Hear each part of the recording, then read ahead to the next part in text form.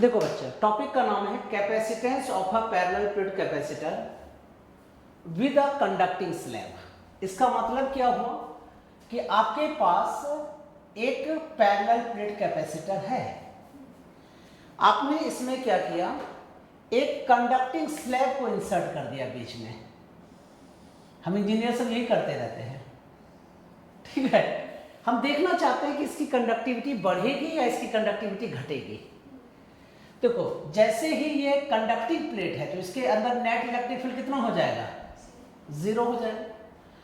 यहां पे कौन सा चार्ज स्टोर होगा बच्चा, पॉजिटिव चार्ज। यहां पे इस प्लेट पर, इसमें नहीं, यहां पे कौन सा चार्ज है, ऑलरेडी नेगेटिव चार्ज है। जैसे आपने इलेक्ट्रिक फील्ड इसमें अप्लाई किया, जैसे इसने इंसर्ट किया, तो इसके अंदर भी यहाँ पे पॉजिटिव चार्ज डेवलप होगा। अगर मान लो यहाँ पे नेगेटिव चार्ज है, जबकि होता नहीं है क्योंकि कंडक्टर है ना, तो ये प्लस माइनस क्या होगा, न्यूट्रलाइज हो जाएगा। इसका मतलब नेट इलेक्ट्रिक फील्ड इंटेंसिटी कितनी हो जाएगी, 0 हो जाएगी।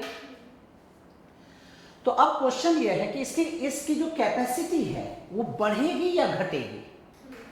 मान लो जब ये इंसर्ट हमने नहीं किया था कंडक्टिंग स्लैब को, तो उसके अंदर इंसुलेटर था, तो उसकी जो कैपेसिटी थी वो कितना था बच्चा, बोलो, epsilon not a upon D. जैसे आपने इंसर्ट किया तो इसकी जो थिकनेस है टी है, और ऑलरेडी इसकी जो पूरे प्लेट की जो थिकनेस यहां से वहां तक थी वो कितनी थी, टी थी। तो ये बीच में कितना बचा, डी माइनस टी। इसकी थिकनेस को उसमें से माइनस कर देंगे तो बीच में वही पार्ट बचा। तो इसका पोटेंशियल कितना हो जाएगा, तो potential is equal to initial electric field into D minus T. समझ आया या नहीं आया?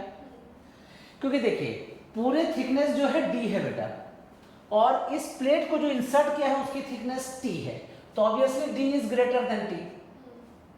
तो पोटेंशियल जो होगा वो E naught into d minus t होगा।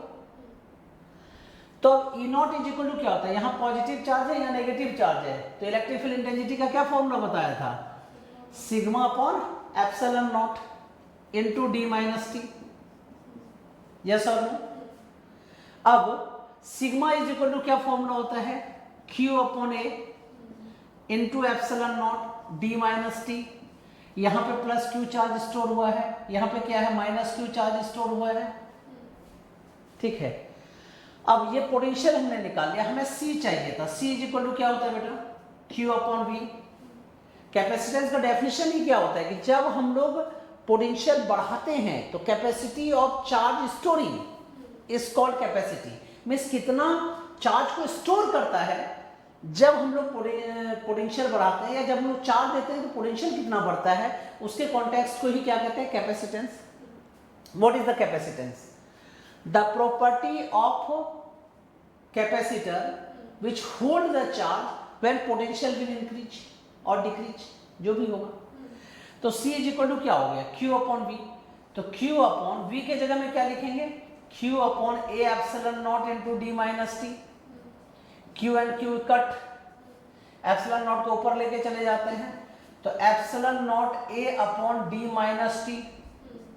ये फाइनल फॉर्मूला कैपेसिटी का हुआ जबकि आपने कंडक्टिंग स्लैब को इंसर्ट किया था। तो अब जब कंडक्टिंग स्लैब को आप इंसर्ट करते हैं तो epsilon naught A upon D minus T. अब देखो बच्चा, D की वैल्यू हमेशा T से बड़ी होगी, ठीक है, नहीं बहुत बड़ी है तो मान लो छोटी सी, थोड़ी बड़ी तो जरूर होगी। तो इसमें से जब माइनस करेंगे हमेशा 1 से छोटा होगा, और 1 से छोटा जब कोई नंबर से डिवाइड करते हैं तो ये जो क्वांटिटी है वो हमेशा बड़ा होगा। तो इसके मतलब नई कैपेसिटी जो होगी वो इनिशियल कैपेसिटी से क्या होगी, बोलो, बड़ी होगी। इसका मतलब कैपेसिटी क्या होगा, इंक्रीज करेगा। अब तुमको थोड़ा सा इलॉजिकल सा नहीं लग रहा है कि सर कैपेसिटर का कॉन्सेप्ट ही था कि दो प्लेट के बीच में जब आप इंसुलेटर को इंसर्ट करते हैं तो कैपेसिटर बनता है। अब हमने इंसुलेटर को हटाकर कंडक्टर डाला तो कैपेसिटी तो कम होनी चाहिए ना, ये बढ़ कैसे रही है, बढ़ इसलिए रही है, यहाँ पे कैपेसिटी इंक्रीज इसलिए हो रही है। इसका लॉजिक ये है कि डेंसिटी ऑफ चार्ज जो है ज्यादा स्टोर इसी फील्ड में हो जा रहा है। जो इंसुलेटर वाला पार्ट बचा हुआ है उसी में ज़्यादा चार्ज स्टोर हो जा रहा है, उसकी डेंसिटी बढ़ जाएगी चार्ज की, और यहाँ पे इलेक्ट्रिक फील्ड बीच में जो स्पेस है वहाँ पे इलेक्ट्रिक फील्ड जीरो हो जाएगा। तो कहने का मतलब अभी भी हमारा लॉजिक वायलेट नहीं हुआ है। तो what is the capacity of a parallel plate capacitor when conducting slab inserted? Formula बताइए। C is equal to epsilon naught A D upon D minus T, और यहाँ पे कैपेसिटी बढ़ रही है। देखो मैं मैथमेटिकल फिजिक्स का स्टूडेंट हूँ बच्चा, तो इसलिए मैं कोशिश करूंगा कि हर चीज को लॉजिक और मैथमेटिक्स से प्रूव करके दिखाऊं। क्लियर है यहाँ तक?